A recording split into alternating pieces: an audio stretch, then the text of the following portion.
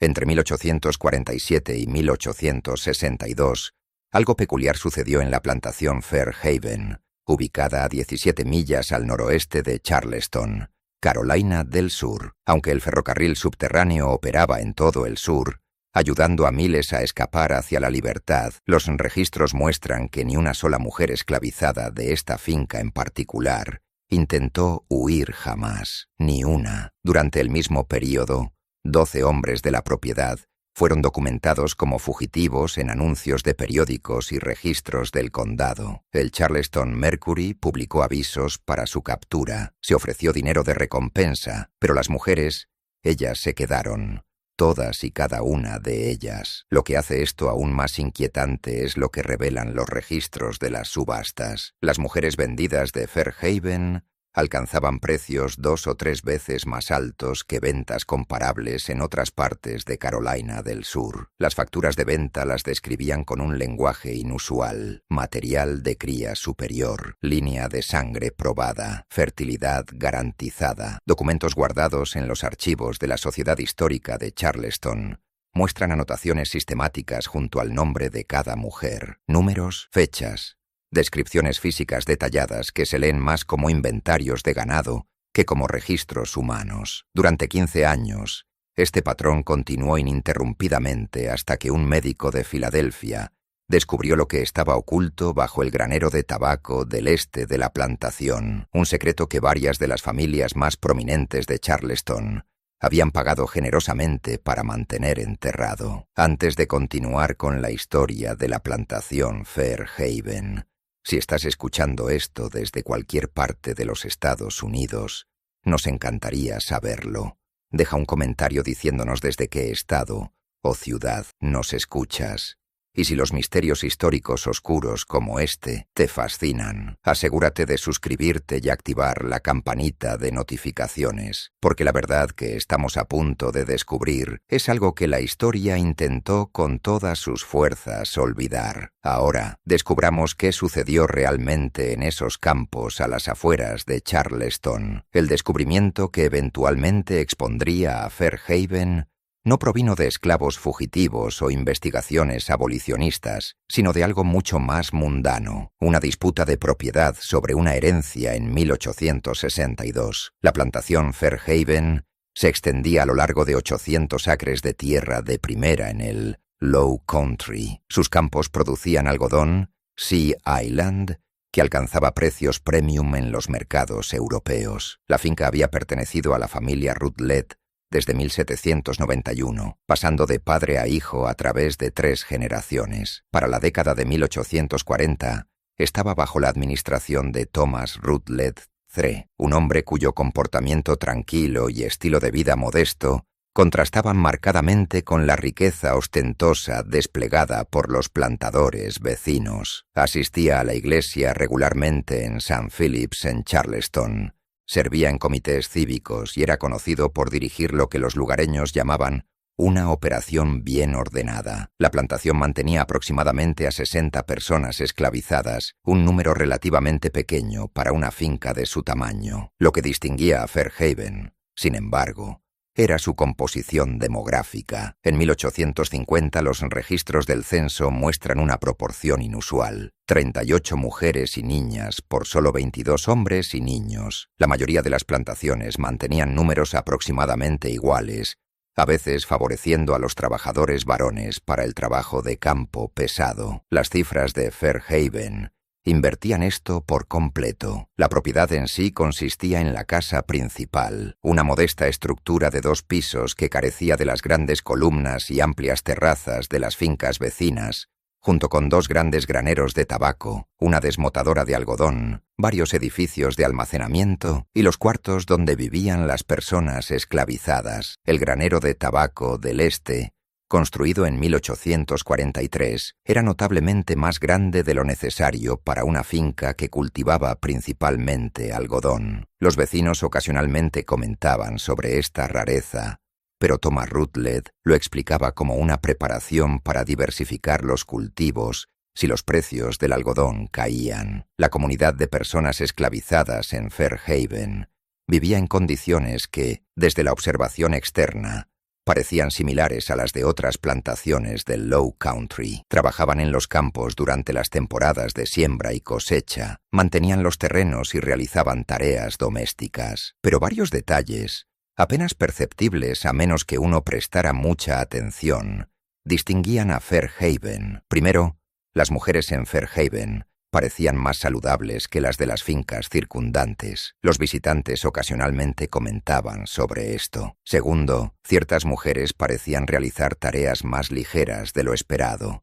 permaneciendo más cerca de los cuartos en lugar de trabajar en campos distantes. Tercero, y lo más peculiar, era el hecho de que Fairhaven vendía regularmente niños pequeños en subasta, generalmente entre los 2 y 4 años, pero mantenía su población de mujeres adultas. La mayoría de las plantaciones mantenían a las familias juntas cuando era posible, aunque solo fuera para mantener la estabilidad y prevenir disturbios. Thomas Rutledge separaba a los niños de las madres con regularidad burocrática. Una persona que notó estos patrones fue el doctor Samuel Brennan, un médico de Filadelfia que se había mudado a Charleston en 1858. Brennan provenía de una prominente familia cuáquera con simpatías abolicionistas. Aunque mantenía estas opiniones cuidadosamente ocultas, su práctica médica en Charleston servía a clientes adinerados y rápidamente obtuvo acceso a los círculos sociales de élite. Esta posición le permitió observar detalles que de otro modo podrían haber pasado desapercibidos. Brennan se encontró por primera vez con la inusual reputación de Fairhaven a fines de 1859, cuando asistió a una venta de bienes raíces en Charleston, donde se subastaban varias personas esclavizadas, entre ellas una mujer joven de aproximadamente 20 años, vendida desde la plantación Fairhaven. El subastador la describió con un lenguaje que incomodó a Brennan, no solo la típica retórica deshumanizante común en tales ventas, sino terminología específica que sugería una cría selectiva. 5 partos exitosos, anunció el subastador, constitución física superior, entrenada en Fairhaven. La puja alcanzó los Moon, $400, una suma extraordinaria. En comparación, los trabajadores de campo de primera calidad generalmente se vendían por 800 a 1 $. Las mujeres, valoradas principalmente por el trabajo doméstico y el potencial reproductivo, generalmente alcanzaban precios más bajos. Sin embargo, esta mujer, vendida específicamente por su historial reproductivo, obtuvo casi el doble de la tarifa estándar. Brennan observó cómo un comprador de una plantación de sabana aseguraba la compra. Después de la subasta, preguntó discretamente sobre la reputación de Fairhaven, entre otros médicos que asistían a tales ventas. Lo que aprendió lo perturbó profundamente. Rutledge dirige una operación especializada, explicó un médico mientras tomaban brandy. Mejora el stock, si entiende lo que quiero decir. Mantiene registros detallados. Sus mujeres tienen fertilidad garantizada, constitución fuerte, mínimas complicaciones. Lleva años haciéndolo. Otro médico agregó: varias familias prominentes invierten en su operación, hacen pedidos de características específicas. Él entrega resultados. Brennan presionó para obtener detalles, pero la conversación cambió. Sin embargo, había aprendido lo suficiente para entender que algo sistemático estaba ocurriendo en Fairhaven, algo que operaba con el conocimiento y el apoyo financiero de la élite de Charleston. Durante los meses siguientes, Brennan hizo averiguaciones cuidadosas. Revisó los registros de subastas en el juzgado, notando patrones. Entre 1847 y 1860, Fairhaven había vendido 47 niños en subasta, todos entre los 2 y 5 años. Durante el mismo periodo, la plantación vendió 19 mujeres, todas descritas con un lenguaje similar sobre fertilidad y constitución. Los precios alcanzados oscilaron entre $200 y $600, consistentemente muy por encima de las tasas del mercado. También descubrió algo más en los registros. Fairhaven rara vez compraba personas esclavizadas en subasta. La población de la plantación se mantenía a través de nacimientos, con ventas ocasionales que reducían los números. Esto era inusual. La mayoría de las plantaciones complementaban su fuerza laboral a través de compras regulares, especialmente porque los niños generalmente se conservaban en lugar de venderse jóvenes. El patrón sugería algo sobre lo que Brennan solo había leído en la literatura abolicionista del norte: operaciones sistemáticas de cría, tratando a los seres humanos como ganado para ser mejorado a través de la reproducción selectiva. Si bien tales prácticas existían en todo el sur, rara vez se reconocían abiertamente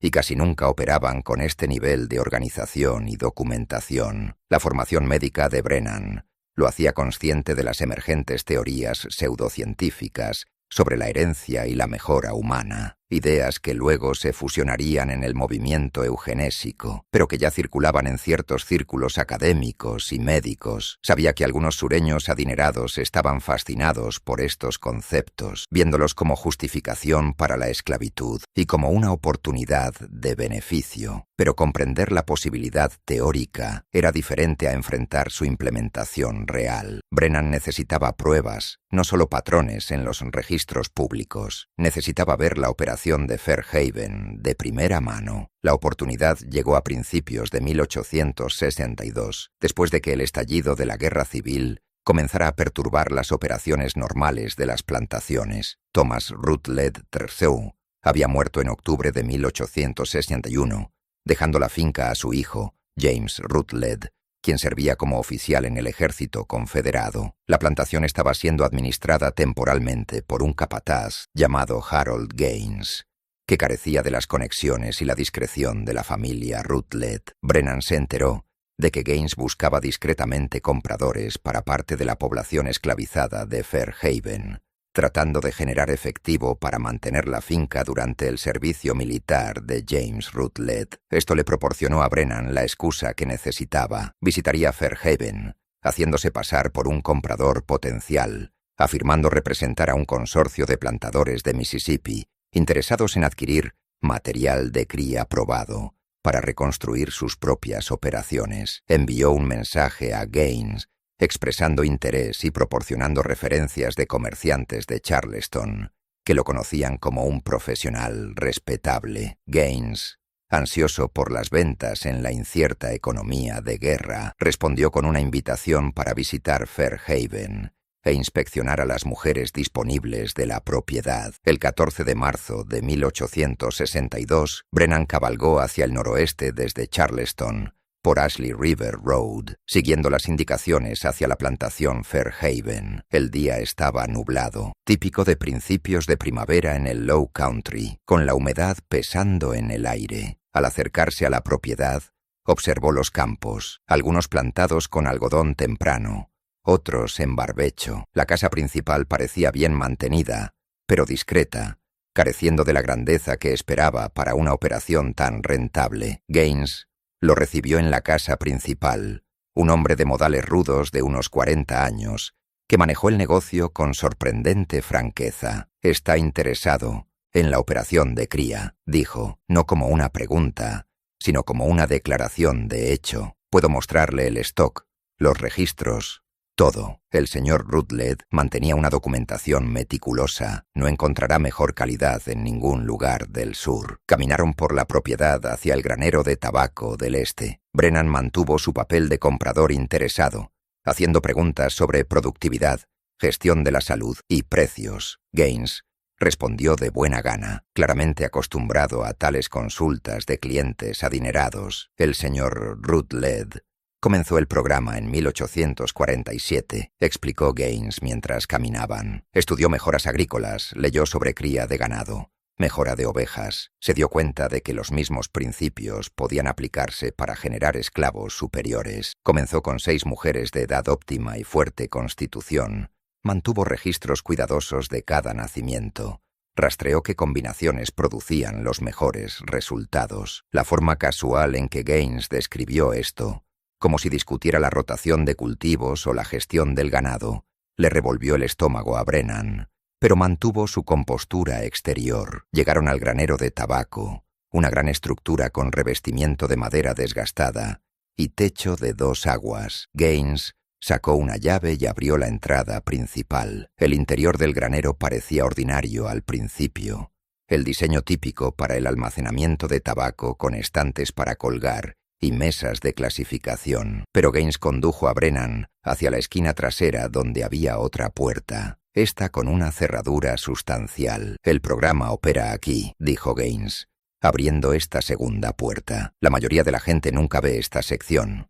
El señor Rutledge solo se la mostraba a clientes en los que confiaba. Más allá de la puerta, unas escaleras de madera descendían a la oscuridad. Gaines encendió una linterna y guió el camino hacia abajo. Brennan lo siguió, su pulso acelerándose mientras descendían por debajo del nivel del suelo, algo inusual para la construcción del Low Country, donde los altos niveles freáticos generalmente impedían los sótanos. Al pie de las escaleras, otra puerta se abrió a un espacio subterráneo que hizo que Brennan comprendiera con repentina y horrible claridad por qué ninguna mujer había huido jamás de Fairhaven. El sótano se extendía por debajo de toda la sección este del granero, de aproximadamente 40 pies de largo y 20 pies de ancho. El espacio estaba dividido en celdas individuales, cada una de unos 6 pies cuadrados, con paredes de madera y puertas con barrotes. 6 de las 8 celdas estaban ocupadas. Dentro de cada una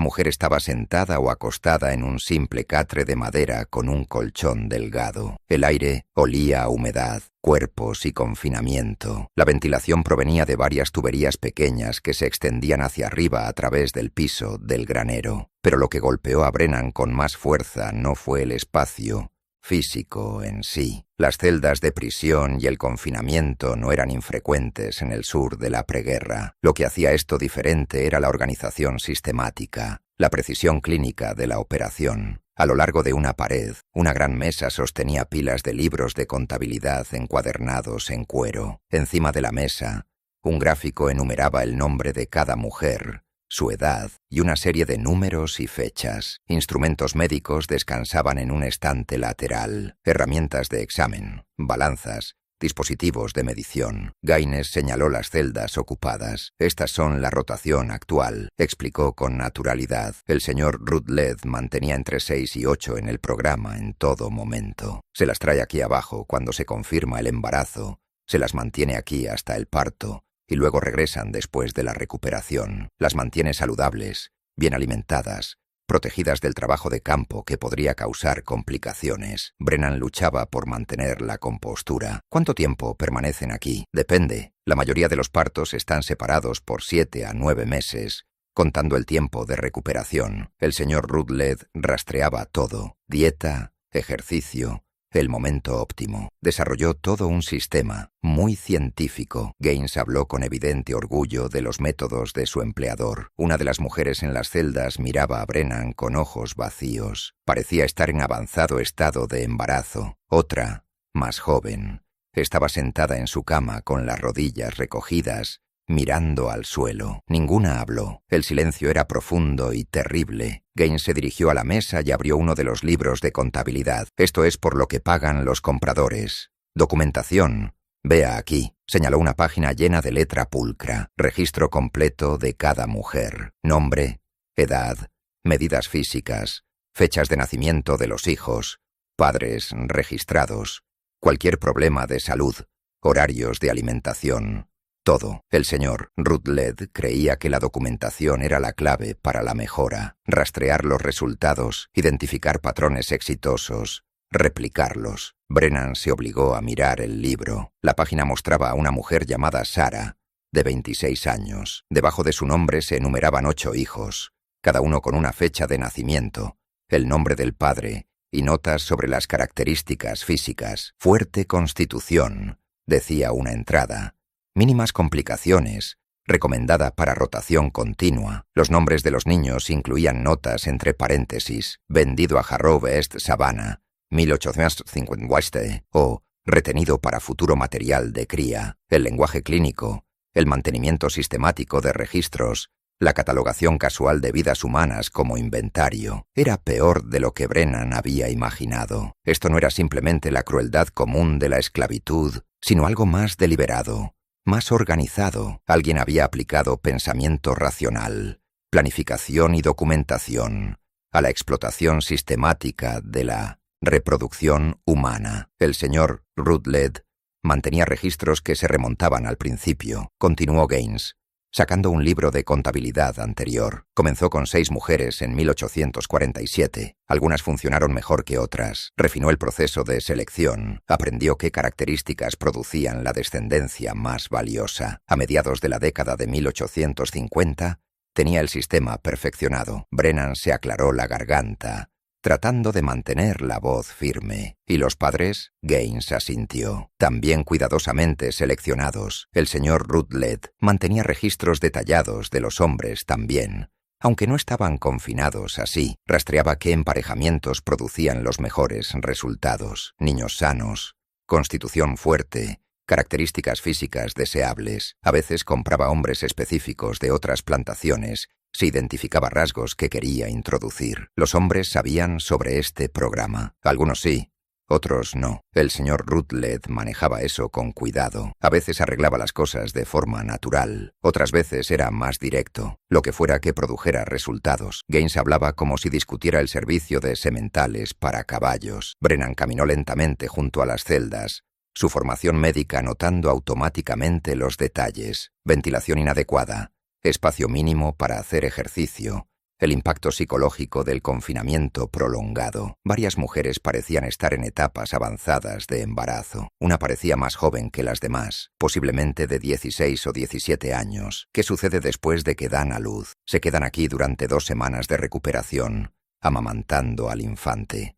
Luego, el niño va a la guardería en los cuartos, y la madre regresa al trabajo de campo ligero, hasta que se confirma el próximo embarazo. Generalmente toma de 3 a 4 meses, luego de vuelta aquí por el resto del tiempo. ¿Y los niños? Vendidos entre los 2 y 4 años, cuando tienen la edad suficiente para ser destetados, pero lo suficientemente jóvenes como para ser moldeables para los nuevos propietarios. El señor Rutledge descubrió que esto era óptimo. Obtiene los mejores precios, mantiene la reputación del programa. Algunos compradores hacen pedidos con años de anticipación para niños de líneas de sangre específicas. La palabra líneas de sangre hizo que la mandíbula de Brennan se tensara. ¿Cuántos niños ha producido este programa? Gaines consultó uno de los libros. Veamos, desde 1847 hasta ahora. Son 15 años, un total de 63 nacidos vivos vendidos en subasta. El inventario actual incluye 4 infantes en la guardería esperando la venta, y estas 6 actualmente en el programa. Señaló a las mujeres embarazadas en las celdas. Toda línea de sangre saludable y documentada. Material de cría garantizado. Brennan se obligó a hacer más preguntas para mantener su papel de comprador interesado. ¿Qué precios alcanzan estas mujeres cuando se venden? El más alto que hemos registrado fue de Muno, $600, vendida a una plantación de Georgia en 1859. Esa fue Ruth, todavía está aquí. De hecho, Gaines señaló una de las celdas. 8 partos exitosos, nunca una complicación.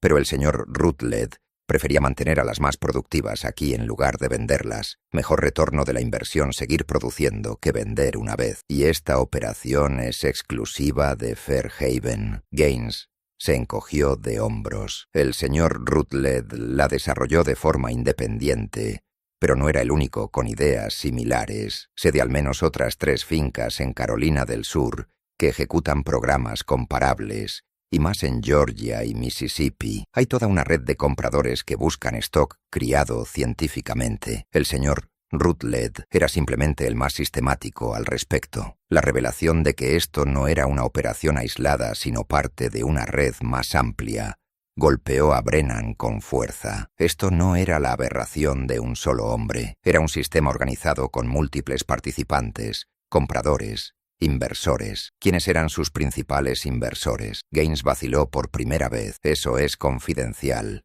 El señor Rutledge trataba con varias familias prominentes que preferían la discreción. Ellos proporcionaban capital. Él proporcionaba rendimientos. Un acuerdo comercial estándar. Brennan no presionó más, no queriendo levantar sospechas. Había visto suficiente, más que suficiente. La pregunta ahora era qué podía hacer con este conocimiento. Pasaron otros 30 minutos en la celda subterránea, con Gaines mostrándole a Brennan los horarios de alimentación, las rutinas de ejercicio y los protocolos médicos que Thomas Rutledge había desarrollado. Todo estaba documentado, sistematizado, refinado a través de años de práctica. Rutledge incluso se había carteado con científicos agrícolas en el South Carolina College, buscando consejos sobre la teoría de la cría sin revelar la aplicación específica. Cuando finalmente subieron las escaleras de regreso al granero de tabaco, la luz de la tarde parecía imposiblemente brillante. Los ojos de Brennan necesitaron un momento para adaptarse. Gaines cerró ambas puertas detrás de ellos, asegurando cuidadosamente la evidencia de lo que yacía debajo. Mientras caminaban de regreso a la casa principal, Brennan preguntó sobre mujeres específicas disponibles para la compra, manteniendo su tapadera mientras su mente daba vueltas con preguntas sobre cómo exponer lo que había descubierto. Gaines mencionó precios, se ofreció a organizar inspecciones detalladas y prometió documentación para cualquier compra. «Necesitaré consultar con mis asociados», dijo Brennan. «Esta es una inversión significativa. Enviaré noticias dentro de un mes». Gaines pareció satisfecho con esta respuesta. Se dieron la mano en la casa principal y Brennan montó su caballo para el viaje de regreso a Charleston. Mientras Fairhaven desaparecía detrás de él, trató de procesar lo que había presenciado. La precisión clínica de todo aquello era lo que más le perturbaba. Esto no era una explotación cruda impulsada por el impulso inmediato. Esto era racional, calculado, sostenido durante 15 años con documentación cuidadosa y refinamiento continuo. Thomas Rutledge había abordado la cría humana de la misma manera que otros abordaban la mejora agrícola, aplicando principios científicos para maximizar los rendimientos. Y había tenido éxito. Los registros financieros mostrarían ganancias sustanciales, la reputación que comandaba precios premium, la red de inversores adinerados y compradores ansiosos. Según las métricas del éxito empresarial, el programa de Rutledge funcionaba exactamente como se pretendía. Esa noche, en su residencia de Charleston, Brennan comenzó a documentar todo lo que había observado. Esbozó un diagrama de la celda subterránea, anotó los nombres que había visto en los libros de contabilidad, registró las declaraciones de Gaines y transcribió tantos detalles como fue posible, mientras la memoria permanecía fresca. Pero la documentación por sí sola no detendría esto. La esclavitud era legal. Los programas de cría, aunque no se discutían ampliamente en la sociedad educada, no eran ilegales. Varias revistas agrícolas incluso habían publicado artículos sobre enfoques sistemáticos para la cría de esclavos, enmarcándolo como una innovación en la gestión de fincas. Lo que Brennan había presenciado era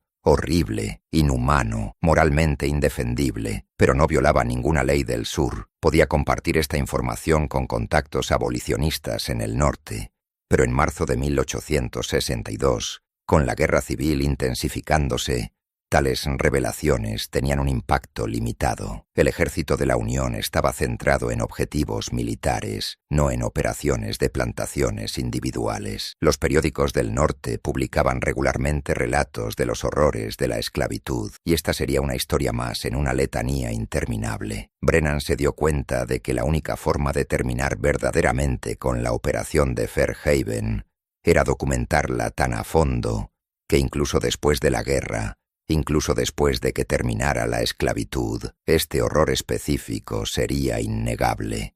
Las generaciones futuras necesitaban saber que tales cosas habían existido.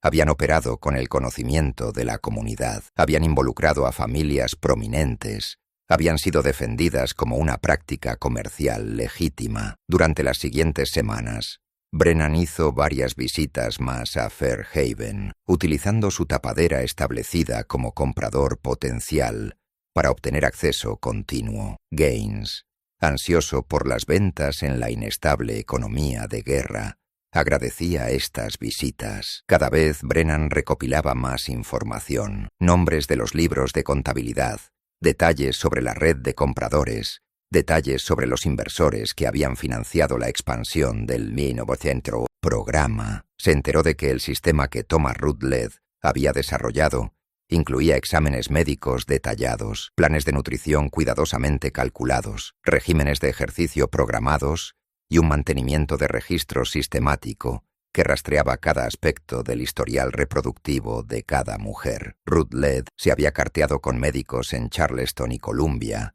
buscando consejo médico sobre cómo optimizar la fertilidad y prevenir complicaciones. Algunos de estos médicos habían visitado Fairhaven, examinado a las mujeres y proporcionado recomendaciones. La red se extendía más allá de lo que Brennan se dio cuenta inicialmente. Varias familias adineradas de Charleston habían invertido en el programa de Fairhaven, proporcionando capital a cambio de acceso a los niños producidos. Un comerciante naviero llamado Crawford había financiado la construcción de las celdas subterráneas en 1852. Un banquero llamado Haywood había financiado la compra de varios hombres específicos, cuyas características físicas Ruth Led quería incorporar. Un plantador de arroz llamado Sinclair había proporcionado equipo y suministros médicos.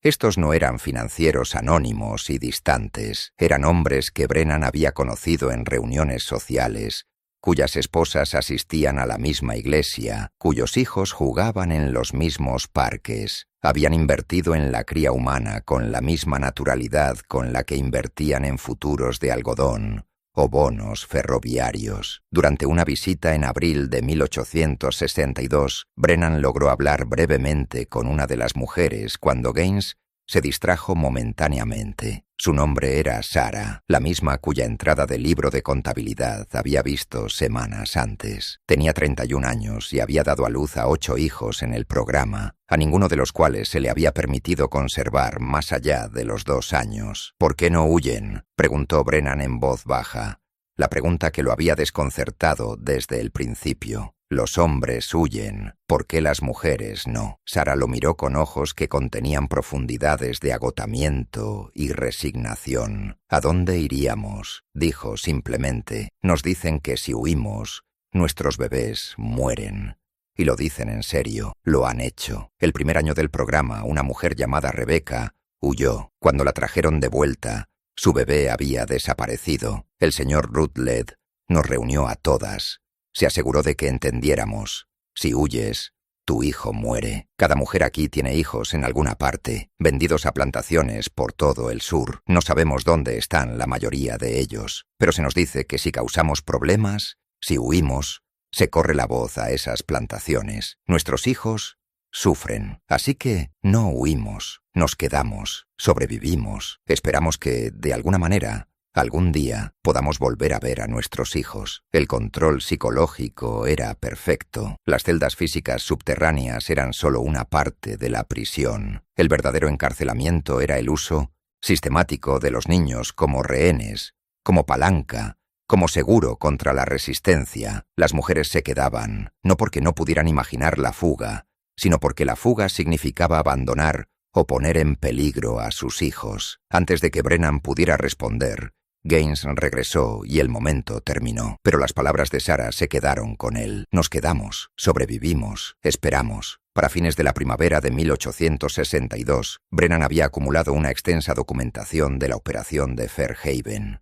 Tenía diagramas, entradas de libros de contabilidad copiadas, nombres de inversores y compradores, detalles sobre la red de operaciones similares y el testimonio de primera mano de Sarah. También había identificado a varios médicos de Charleston que habían brindado consulta médica a Ruth Led a lo largo de los años. La pregunta era qué hacer con esta información. La guerra se intensificaba. Las fuerzas de la Unión habían capturado Port Royal en noviembre de 1861, estableciendo un punto de apoyo en la costa de Carolina del Sur. Charleston probablemente enfrentaría presión militar a medida que avanzaba la guerra. Brennan sabía que el caos pronto podría engullir el Low Country, destruyendo potencialmente pruebas o dispersando a las personas involucradas. Tomó una decisión. Compilaría todo en un informe detallado.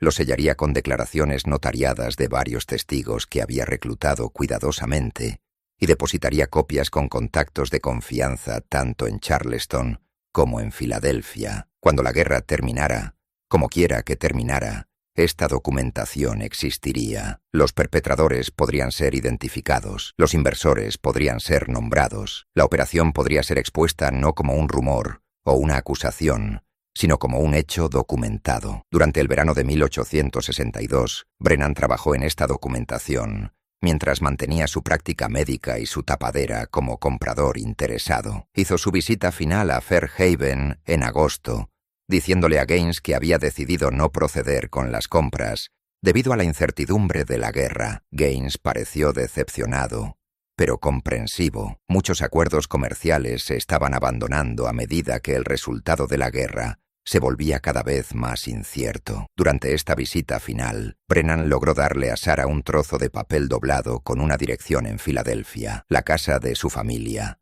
el nombre de su hermana. «Si sobrevives a esto», le dijo en voz baja, «si alguna vez llegas al norte, busca esta dirección. Diles que Samuel Brennan te envió. Te ayudarán». Sarah tomó el papel, lo miró brevemente y luego lo guardó en algún lugar de su ropa. No respondió, pero sus ojos contenían algo que podría haber sido gratitud, o podría haber sido simplemente el reconocimiento de que alguien había visto su sufrimiento y lo había registrado. Brennan dejó Fairhaven por última vez, regresó a Charleston y completó su documentación. En septiembre de 1862, selló varias copias de su informe en paquetes encerados y dispuso que se almacenaran por separado, una con un abogado en Charleston, una enviada a su familia en Filadelfia, una depositada en una casa de reuniones cuáquera en Columbia. Luego esperó a ver qué traería la guerra. La guerra llegó a Charleston lentamente. Luego, de repente, las fuerzas de la Unión mantuvieron un bloqueo naval, estrangulando gradualmente la economía de la ciudad. Los bombardeos comenzaron en 1863. Para 1865, con el ejército de Sherman acercándose desde el oeste y las fuerzas de la Unión cerrando desde la costa, los defensores confederados de Charleston abandonaron la ciudad. Brennan, que había mantenido su práctica médica durante los años de la guerra, tratando tanto a soldados confederados como a civiles, permaneció en Charleston durante su caída. Cuando las fuerzas de la Unión ocuparon la ciudad en febrero de 1865, inmediatamente buscó a las autoridades militares con información sobre la plantación Fairhaven. El ejército de la Unión, lidiando con miles de personas recién liberadas, y el desafío logístico masivo de la ocupación, inicialmente no estaba interesado en investigar lo que veían como agravios históricos. La esclavitud estaba terminando. La justicia por los males pasados tendría que esperar hasta que se restaurara el orden. Pero Brennan persistió. Contactó a médicos militares, les mostró su documentación, explicó los aspectos médicos del programa de Rutledge. Finalmente, en marzo de 1865, convenció a un capitán del ejército de la Unión, llamado Joseph Fuller, para que lo acompañara a Fairhaven, a ver si quedaba alguna evidencia. Cabalgaron hacia el noroeste desde Charleston, en un día que parecía primaveral, llegando temprano. El Low Country comenzaba su transformación de la latencia invernal al nuevo crecimiento. A medida que se acercaban a Fairhaven, Brennan vio de inmediato que mucho había cambiado. Los campos yacían sin cultivar. La casa principal mostraba signos de daños por incendio en un lado. Los graneros de tabaco estaban vacíos, con las puertas colgando abiertas. Encontraron a Harold Gaines en una pequeña casa en el borde de la propiedad, ahora ocupada por varias familias anteriormente esclavizadas que habían reclamado la tierra. Gaines, ya no un capataz,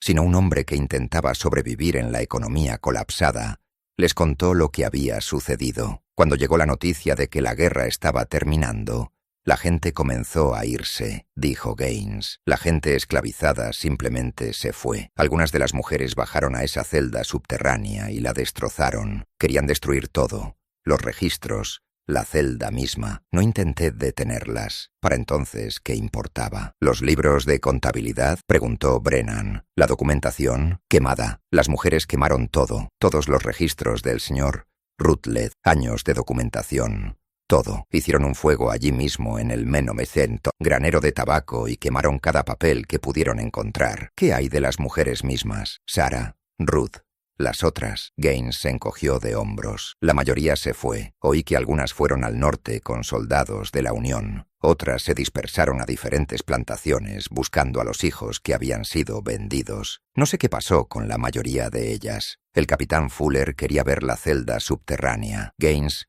Los llevó al granero de tabaco del este, ahora un cascarón quemado. La puerta al espacio subterráneo estaba abierta. Descendieron las escaleras. Brennan por primera vez en 3 años. Fuller por primera vez en su vida. La celda era exactamente como Brennan la recordaba, pero transformada por la destrucción. Las puertas de las celdas individuales habían sido arrancadas de sus bisagras. La mesa de examen estaba volcada. Cenizas llenaban varios cubos donde se habían quemado papeles. Los gráficos en las paredes habían sido arrancados, dejando solo fragmentos rotos. Pero no todo estaba destruido. Entre los escombros, Brennan encontró un libro de contabilidad que había sobrevivido parcialmente. Páginas carbonizadas en los bordes, pero aún legibles. Cubría los años 1847-1852, el periodo inicial del programa. Recogió cuidadosamente el libro dañado y varios otros fragmentos de papel que habían escapado a la destrucción total. El capitán Fuller se paró en medio del espacio subterráneo, mirando las celdas, tratando de comprender lo que había ocurrido allí. ¿Cuánto tiempo funcionó esto?, preguntó en voz baja. 15 años, respondió Brennan. De 1847 a 1862. 63 niños vendidos. Múltiples mujeres pasaron por el programa. Todo documentado, sistematizado, refinado con el tiempo. Y era legal. La esclavitud era legal. Los programas de cría eran legales. Nada de esto violaba la ley del sur en ese momento. Fuller negó con la cabeza lentamente. ¿Qué clase de hombres? Hombres respetados, interrumpió Brennan. Familias prominentes de Charleston, miembros de la iglesia, líderes cívicos, hombres que creían que estaban siendo innovadores, aplicando principios científicos a la gestión de fincas. No veían ningún problema moral en nada de esto. Registraron el resto de la propiedad, pero encontraron poca evidencia adicional. Las personas anteriormente esclavizadas que ahora ocupaban partes de Fairhaven confirmaron que la mayoría de las mujeres del programa de cría se habían ido inmediatamente después de la emancipación. Algunas se habían ido al norte, otras habían viajado a plantaciones en Georgia y Alabama, buscando a los hijos vendidos años antes. Una anciana que había trabajado en la casa principal le dijo a Brennan que recordaba a Sarah. Se fue a fines de febrero, tan pronto como escuchó que el ejército de Sherman venía. Dijo que iba a encontrar a sus hijos. Tenía una dirección en algún lugar del norte, un trozo de papel que había mantenido oculto durante años. La vi escribir los nombres de sus hijos antes de irse. 8 nombres, sus edades, las plantaciones donde habían sido vendidos. Íbamos a encontrar a cada uno de ellos, dijo. ¿Sabes a dónde fue primero? A Georgia, creo. Allí es donde se vendieron 2 de sus bebés. Brennan sintió una pequeña medida de satisfacción al saber que Sarah Carvans había conservado la dirección que le había dado. Había sobrevivido hasta la libertad y ahora buscaba activamente a sus hijos. Si los encontraría, si se reconocerían después de años de separación, si alguna reunión era siquiera posible. Estas preguntas seguían sin respuesta. El capitán Fuller presentó un informe a las autoridades militares documentando el programa de cría de Fairhaven, incluyendo el testimonio de Brennan de 3 años antes y la evidencia física de la celda subterránea. El informe se agregó a una creciente colección de documentación sobre los horrores específicos de la esclavitud, parte del vasto proyecto de mantenimiento de registros que las autoridades de la Unión emprendieron para documentar el sistema que habían ayudado a destruir. Pero no hubo procesamientos. James Rutledge, el hijo de Thomas Rutledge Drso, había muerto en la batalla de Gettysburg en 1863. Harold Gaines, como mero capataz, no fue considerado legalmente responsable de las políticas establecidas por sus empleadores. Los inversores que habían financiado el programa, Crawford, Haywood, Sinclair y otros, eran ciudadanos adinerados de Charleston, que navegaban por las complejidades de la reconstrucción, y las autoridades militares decidieron que perseguirlos desestabilizaría una situación ya inestable. Brennan presionó por alguna forma de rendición de cuentas, pero los funcionarios de la Unión dejaron claro que su prioridad era la reconstrucción política, no procesar crímenes individuales que habían sido legales bajo la ley del sur. La esclavitud misma fue el crimen, le dijo un coronel. Hemos terminado con la esclavitud. Esa es la justicia disponible. No era suficiente. Brennan sabía que no era suficiente, pero era toda la justicia que se ofrecería. Pasó el resto de 1865 y principios de 1866 en Charleston, ayudando con la atención médica a las personas recién liberadas y continuando documentando lo que había aprendido sobre Fairhaven y operaciones similares. Entrevistó a docenas de personas anteriormente esclavizadas, recopilando sus testimonios, registrando sus historias. Se enteró de al menos otros 4 programas de cría, solo en Carolina del Sur, más varios más en Georgia y Alabama. La red era extensa y Fairhaven había sido solo un nodo en un sistema mucho más grande. En marzo de 1866, Brennan recibió una carta en su dirección de Charleston.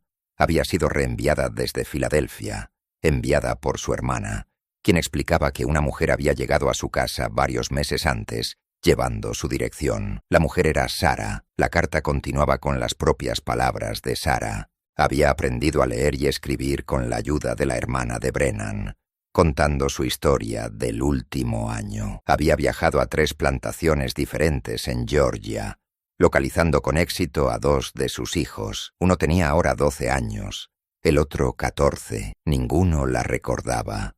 Al más joven le habían dicho que su madre había muerto. El mayor apenas recordaba algo antes de ser vendido. Sarah se había pasado semanas con ellos, tratando de reconstruir alguna conexión, pero finalmente decidió no perturbar las vidas que habían construido. Los dejó en sus plantaciones, ahora trabajando como jornaleros pagados en lugar de personas esclavizadas, con la promesa de visitarlos de nuevo. Encontré a 2 de mis 8, escribió Sarah, y seguiré buscando a los demás.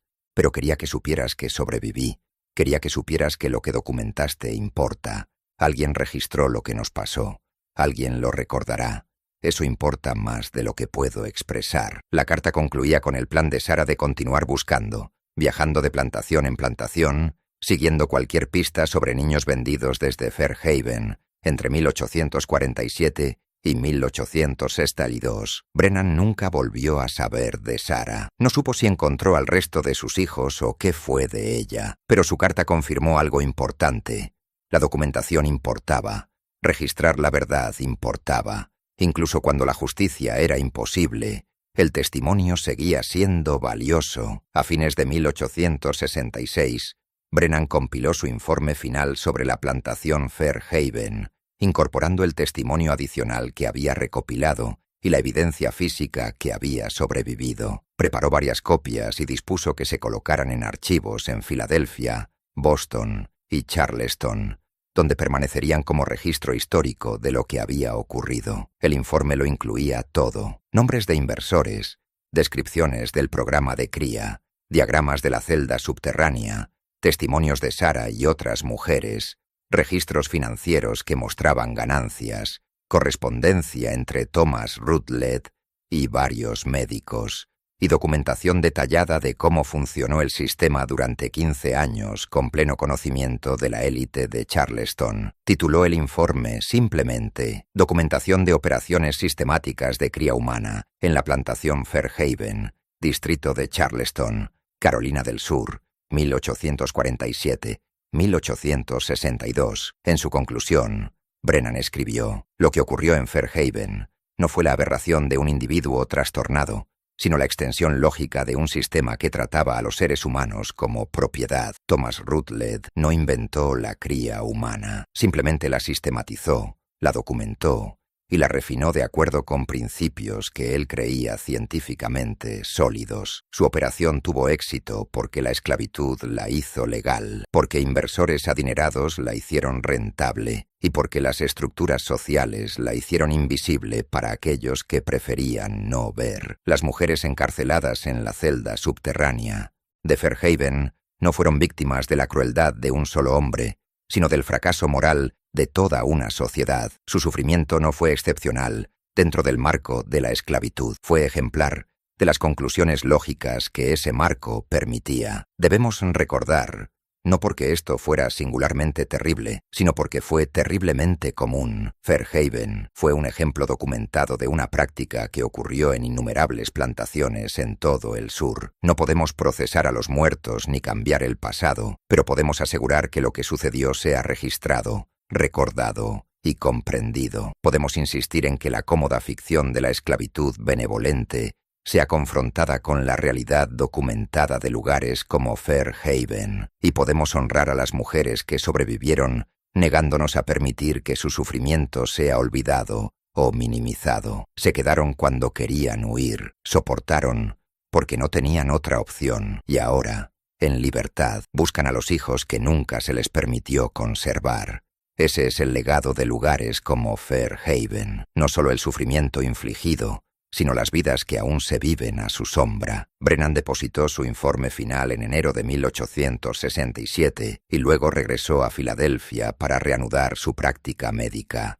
Continuó carteándose con personas anteriormente esclavizadas de Fairhaven, ayudando a varias a localizar a miembros de sus familias y brindando atención médica cuando era necesario. Pero nunca regresó a Charleston, ni a la plantación misma. Fairhaven permaneció abandonada a fines de la década de 1860. Varias familias intentaron cultivar partes de la tierra durante la reconstrucción, pero ninguna se quedó mucho tiempo. Para la década de 1870, la propiedad había sido dividida y vendida a múltiples propietarios. La casa principal fue demolida en 1874. Los graneros de tabaco colapsaron gradualmente durante las siguientes décadas. La celda subterránea debajo del granero de tabaco del este fue rellenada durante la década de 1880, cuando un nuevo propietario intentó construir en el sitio. Los trabajadores que excavaron el área informaron haber encontrado restos de las celdas,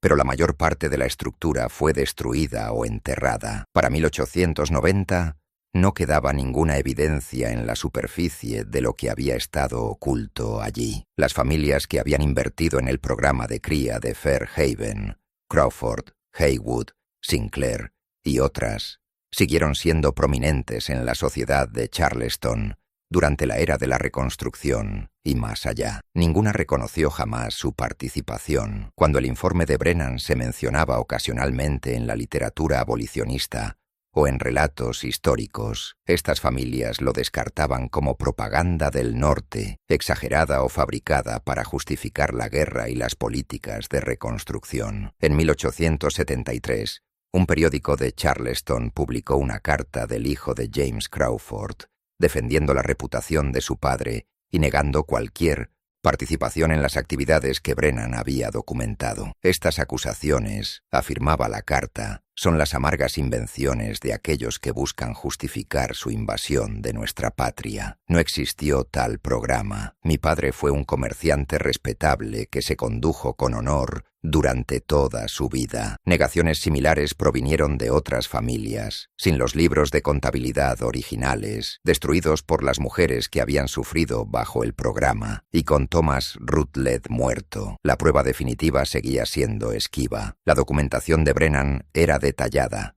pero los escépticos siempre podían descartarla como el relato sesgado de un médico abolicionista con motivaciones políticas. Las personas anteriormente esclavizadas de Fairhaven se dispersaron por todo el país después de la emancipación. La mayoría desapareció en la vasta población de personas liberadas que reconstruían sus vidas después de la guerra. Unas pocas, como Sarah, mantuvieron contacto con aliados del norte, pero la mayoría simplemente siguió adelante, tratando de construir futuros en lugar de documentar el pasado. Lo que Brennan no sabía, lo que no podría haber sabido en esos años inmediatamente posteriores a la guerra, era que varios de los niños vendidos desde Fairhaven llevaban consigo fragmentos de memoria que resurgirían décadas después.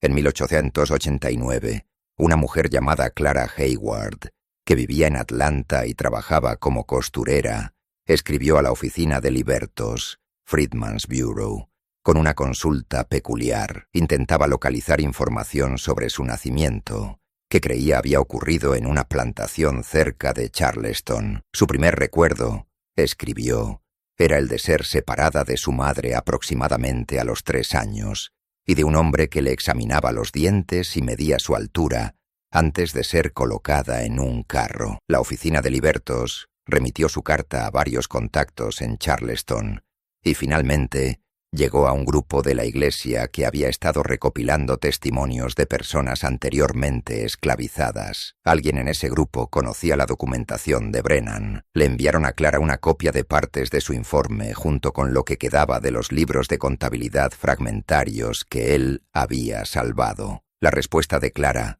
preservada en los archivos de la iglesia, reveló algo que Brennan no había considerado del todo. Los niños de Fairhaven, ahora adultos, comenzaban a buscar sus orígenes. Siempre supe que algo fue diferente en cómo me vendieron, escribió Clara. En la plantación donde crecí, los dueños a veces mencionaban que yo venía de material de calidad, que me habían comprado específicamente para criar. Nunca entendí lo que eso significaba hasta que leí el informe del Dr. Brennan. Ahora entiendo que fui uno de los productos de ese programa. El nombre de mi madre era Ruth, según los registros que me enviaron. Dio a luz a mí en 1856. He pasado toda mi vida sin conocerla.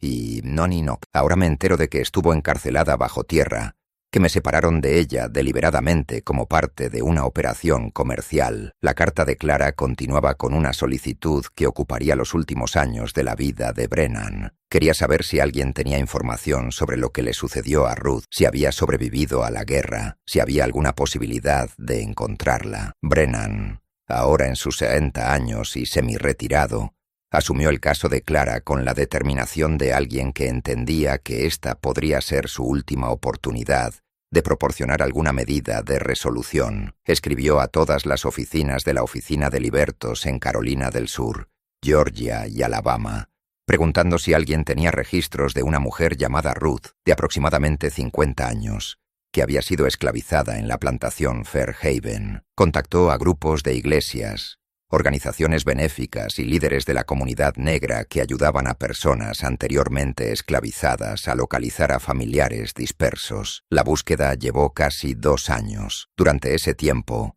Brennan recibió respuestas de docenas de personas, algunas con información sobre mujeres llamadas Ruth, ninguna de las cuales coincidía con los detalles específicos de los registros fragmentarios de Fairhaven. Aprendió que Ruth era un nombre común, que miles de mujeres habían sido separadas de sus hijos, que las posibilidades de encontrar a una persona específica en el caos de la migración de la posguerra eran ínfimas. Pero en marzo de 1891, 3 meses antes de la muerte de Brennan, recibió una carta de un ministro en Mobile, Alabama, que se había enterado de la búsqueda a través de una red de iglesias negras. El ministro escribió que una anciana llamada Ruth había estado viviendo en su congregación durante varios años. Rara vez hablaba de su pasado, pero una vez había mencionado haber estado recluida en una celda subterránea, en una plantación cerca de Charleston, y que había dado a luz a 8 hijos, todos los cuales le fueron arrebatados. Brennan inmediatamente envió a Clara la información de contacto del ministro. Nunca supo si Clara y Ruth se reunieron. Murió en junio de 1891,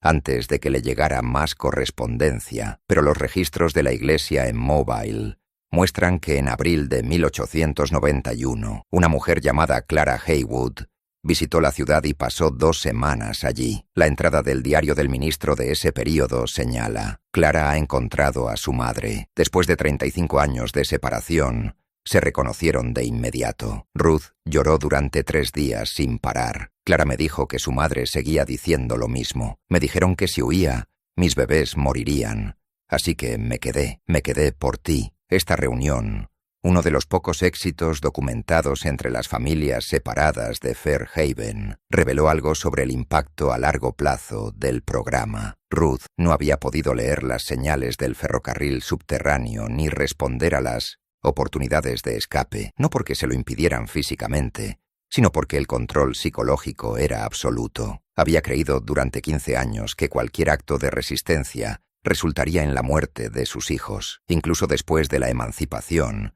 incluso después de enterarse de que la esclavitud había terminado. Esa creencia permaneció incrustada en su comprensión del mundo. La correspondencia de Clara con el ministro, preservada en los archivos de la iglesia, proporciona uno de los pocos relatos de primera mano de lo que significaba ser un producto del programa de cría de Fairhaven. Mi madre me dijo que después de que nací, se le permitió amamantarme durante 2 semanas. Luego me llevaron a lo que llamaban la guardería y me vio solo ocasionalmente hasta que fui vendida a los 3 años. Dijo que trató de memorizar todo sobre mí, la forma de mi cara, una marca de nacimiento en mi hombro, el sonido de mi voz. Estaba aterrorizada de olvidarme. Cuando nos volvimos a encontrar en Mobile, me miró el hombro primero. La marca de nacimiento sigue ahí. La tocó y dijo: «Lo recordé bien. Te recordé bien». La reunión entre Clara y Ruth provocó otras búsquedas. Se corrió la voz a través de las redes de iglesias negras y organizaciones comunitarias de que los niños de Fairhaven estaban tratando de localizar a sus madres y que existían registros fragmentarios que podrían ayudar. Entre 1891 y 1895, al menos 6 personas más contactaron a diversas organizaciones, afirmando ser productos del programa de cría de Fairhaven, todas buscando a miembros de sus familias. Algunas de estas búsquedas tuvieron éxito, otras terminaron en decepción, o con el descubrimiento de que la persona buscada había muerto años antes. Pero las búsquedas en sí mismas revelaron el alcance total del programa de maneras que la documentación original de Brennan no pudo. Los niños vendidos desde Fairhaven habían sido dispersados por 7 estados, habían sido comprados por plantaciones desde Virginia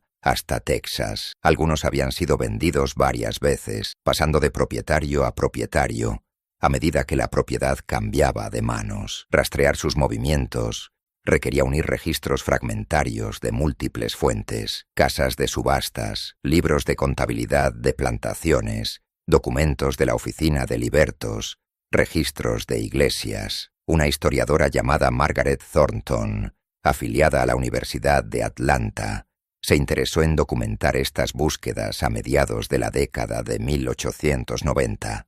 Había leído el informe de Brennan y comprendido que Fairhaven representaba algo significativo, un estudio de caso documentado de cría sistemática que podía iluminar patrones más amplios. Entre 1895 y 1900, Thornton entrevistó a 12 personas que se identificaron como productos de Fairhaven, junto con 3 mujeres que habían estado encarceladas en el programa de cría y habían sobrevivido. Su investigación, publicada en 1901 como un modesto artículo académico titulado «Reproducción sistemática y separación familiar, un estudio de caso de la plantación Fairhaven», proporcionó el primer análisis exhaustivo de los efectos a largo plazo del programa. Thornton documentó patrones psicológicos entre los sobrevivientes: ansiedad persistente, dificultad para formar apegos, pesadillas recurrentes sobre la separación y el confinamiento. Señaló que varias de las mujeres que habían estado en el programa de cría nunca tuvieron hijos después de la emancipación, a pesar de estar en edad fértil cuando fueron liberadas. La experiencia de la reproducción forzada, de que les quitaran sistemáticamente a los hijos, parece haber creado una aversión permanente al embarazo, escribió Thornton. Lo más significativo es que la investigación de Thornton reveló el alcance de la red. A través de un análisis cuidadoso de los registros de subastas y la correspondencia entre plantaciones, identificó al menos otras 11 fincas en Carolina del Sur, Georgia y Alabama que habían operado programas similares entre 1840 y 1865. Fairhaven no había sido única. Había sido parte de un sistema coordinado en el que los plantadores compartían información sobre técnicas, comparaban resultados e incluso intercambiaban personas esclavizadas específicamente con fines de cría. Un descubrimiento particularmente inquietante en la investigación de Thornton fue la documentación de lo que ella llamó intercambios de cría. Varias plantaciones, incluida Fairhaven, habían organizado transferencias temporales de hombres esclavizados para introducir características físicas específicas en sus programas. Una carta de Thomas Rutledge a un plantador de Georgia, fechada en 1857 y preservada en un archivo del condado, discutía tal arreglo. Me complace aceptar su oferta de Jacob por un periodo de 6 meses. Su altura y complexión coinciden con las especificaciones que discutimos. Anticipo varias adiciones prometedoras a nuestro programa a partir de este arreglo. Pago según lo acordado $202 por el periodo con un bono adicional de 50 Slasters si los resultados son satisfactorios. El lenguaje clínico, la mercantilización explícita de la reproducción humana, la coordinación casual entre plantadores, todo esto confirmó que Fairhaven no representaba una aberración, sino un modelo de negocio que múltiples operaciones habían adoptado. El artículo de Thornton recibió poca atención cuando se publicó. El interés académico en los mecanismos específicos de la esclavitud era limitado en 1901, cuando la atención nacional se centraba en otros asuntos y cuando muchos historiadores del sur promocionaban activamente narrativas que minimizaban la brutalidad de la esclavitud. Las pocas reseñas que recibió su trabajo lo descartaron como exagerado o como desenterrar una historia dolorosa que era mejor dejar enterrada. Pero dentro de las comunidades negras, particularmente en el sur, la investigación de Thornton circuló ampliamente. Proporcionó validación a historias que se habían transmitido, pero que rara vez eran creídas por audiencias externas. Las familias que habían sabido sobre programas de cría, pero a las que se les había dicho que tales cosas eran mitos o exageraciones, ahora tenían pruebas documentadas de que tales operaciones existían y funcionaban exactamente como recordaban. El artículo también proporcionó algo más: nombres. Thornton había documentado a los inversores que financiaron Fairhaven y programas similares: Crawford, Hayward, Sinclair y varios otros. Estas familias, aún prominentes en Charleston y otras ciudades del sur, se encontraron inesperadamente confrontadas con la participación de sus antepasados en operaciones sistemáticas de cría. La respuesta fue rápida y hostil. En 1902, los descendientes de las familias nombradas en la investigación de Thornton presionaron a la Universidad de Atlanta para que repudiara su trabajo. La universidad, que dependía de contribuciones filantrópicas, incluidas las de donantes del sur, emitió un comunicado calificando la investigación de Thornton como deficientemente fundamentada y sugiriendo que no cumplía con los estándares académicos. La propia Thornton enfrentó importantes consecuencias profesionales. Perdió su puesto de docente y luchó por encontrar empleo académico después. Pero la documentación existía, el informe de Brennan existía, los libros de contabilidad fragmentarios existían, los testimonios de los sobrevivientes existían, y cada vez más, los niños que habían sido productos de estos programas hablaban públicamente sobre sus experiencias, negándose a permitir que la historia fuera borrada o minimizada. Una de estas voces pertenecía a Samuel Crawford, irónicamente compartiendo apellido con uno de los inversores de Fairhaven, aunque sin relación. Nacido en Fairhaven en 1859 y vendido a los 3 años a una plantación de Mississippi, Crawford se había convertido en ministro y organizador comunitario en Jackson. En 1903,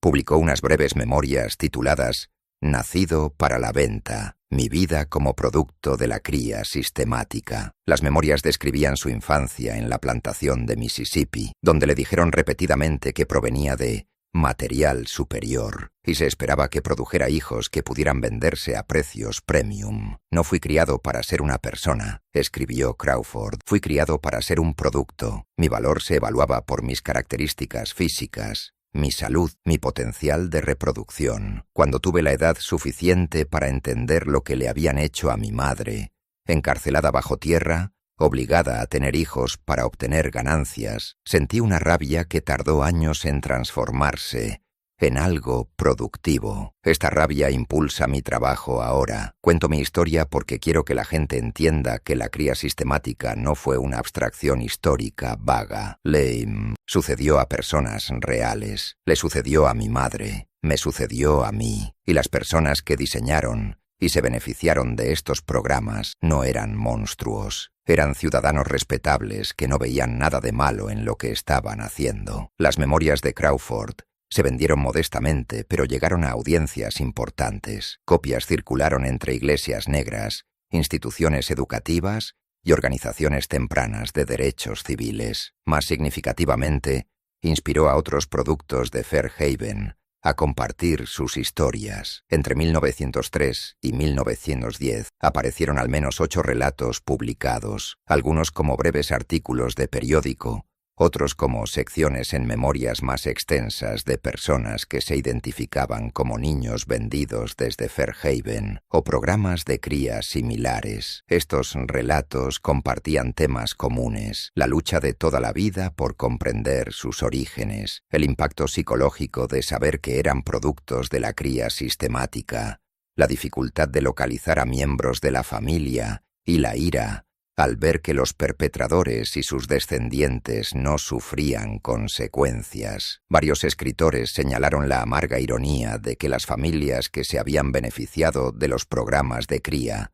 siguieran siendo ricas y respetadas, mientras que las víctimas y sus descendientes vivían con el trauma continuo. Para 1910 existía suficiente documentación como para que el programa de cría de Fairhaven ya no pudiera descartarse como propaganda abolicionista o exageración histórica. Múltiples fuentes independientes confirmaron los mismos hechos básicos: una celda subterránea, cría sistemática durante 15 años, mantenimiento detallado de registros, participación de familias prominentes de Charleston, venta de 63 niños y una red de operaciones similares en todo el sur. Sin embargo, esta documentación no provocó ninguna acción legal, ningún reconocimiento oficial, ninguna respuesta institucional. Las familias nombradas como inversores lo negaron todo, o afirmaron que sus antepasados habían sido engañados sobre la naturaleza del programa. Las sociedades históricas del sur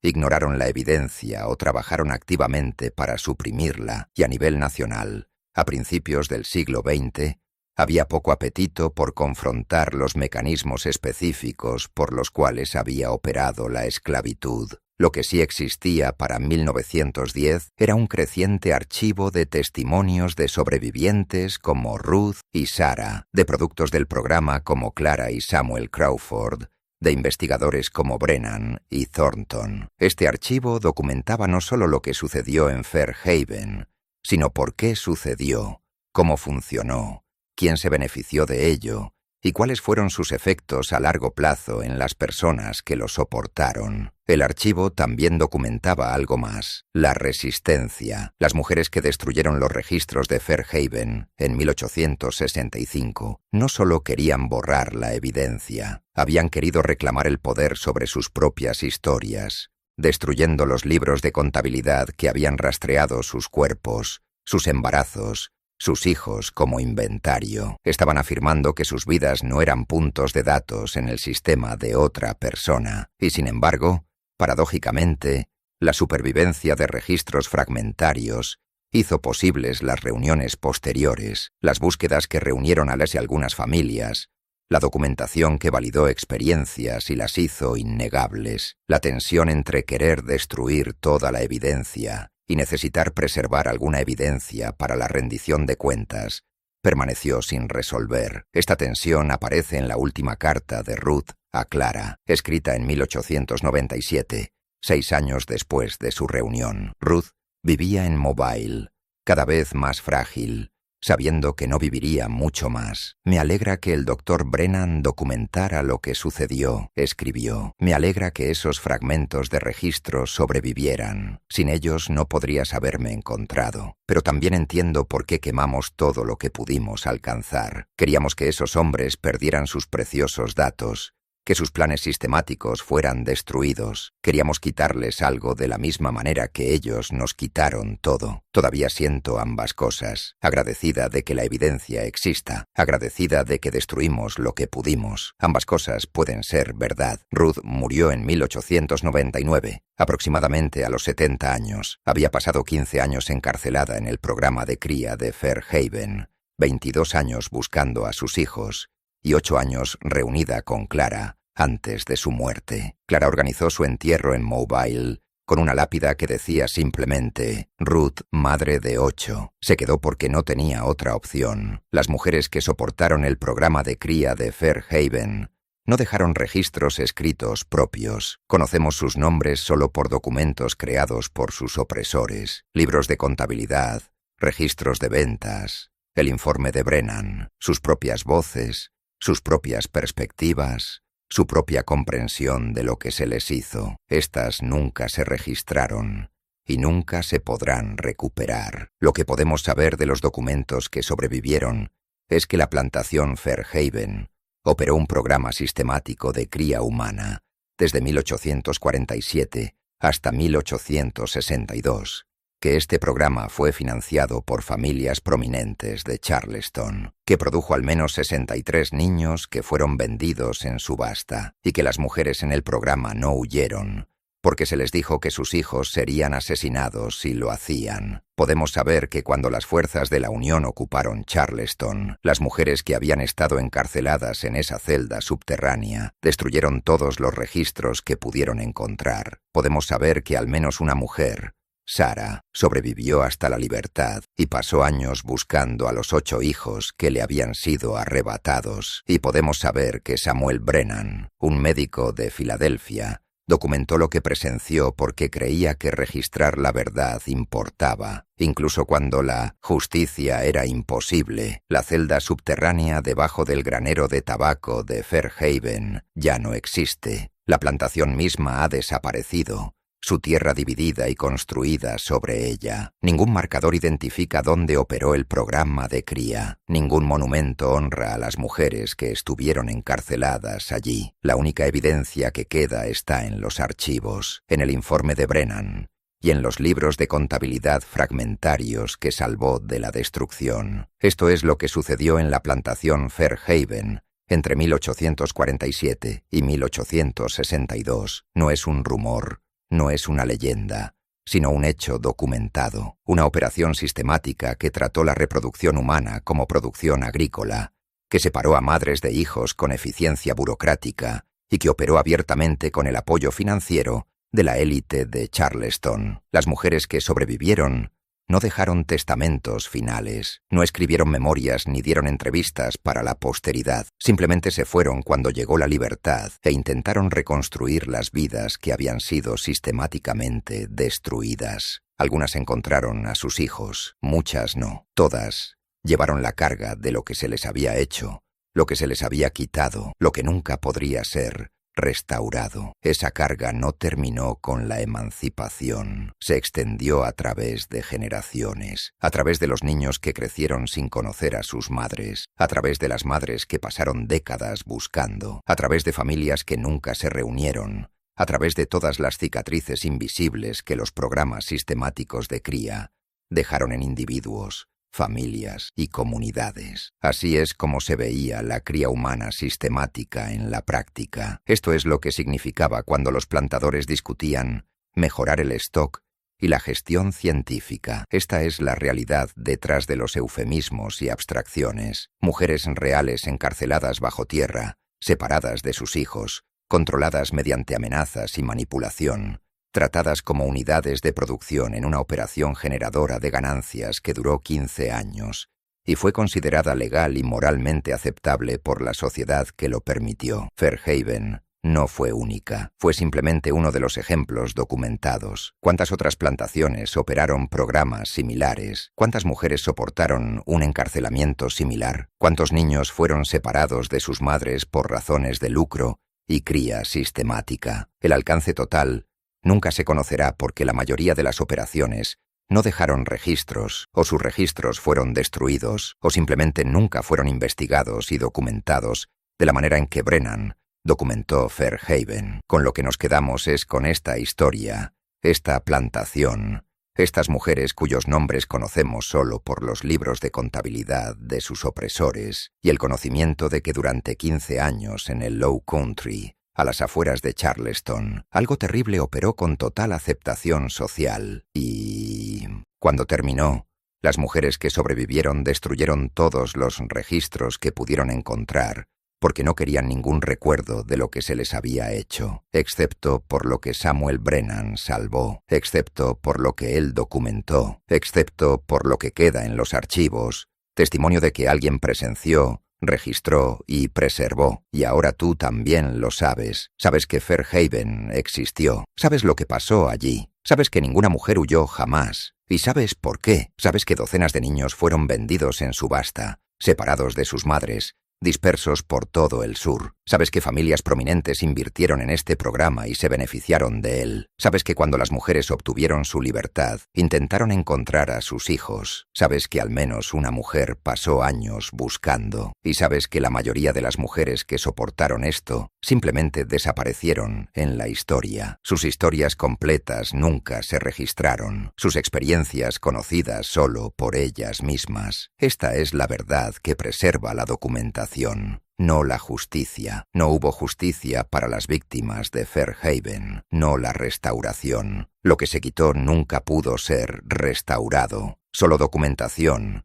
Solo el registro de que esto sucedió. Solo la insistencia en que sea recordado en lugar de olvidado. Samuel Brennan creía que la documentación importaba. Sarah creía que alguien que registrara su sufrimiento importaba. Y tal vez tenían razón. Tal vez saber la verdad, incluso cuando no podemos cambiar el pasado, importa más que la cómoda ignorancia. ¿Qué piensas de esta historia? Saber esta historia cambia cómo entiendes la sociedad que lo permitió. Deja tu comentario abajo. Si encontraste este relato importante y quieres más investigaciones históricas documentadas como esta, suscríbete, activa la campanita de notificaciones y comparte con alguien que valore conocer la verdad sobre nuestro pasado. Estas historias necesitan ser contadas, preservadas y recordadas. Gracias por escuchar esta difícil historia.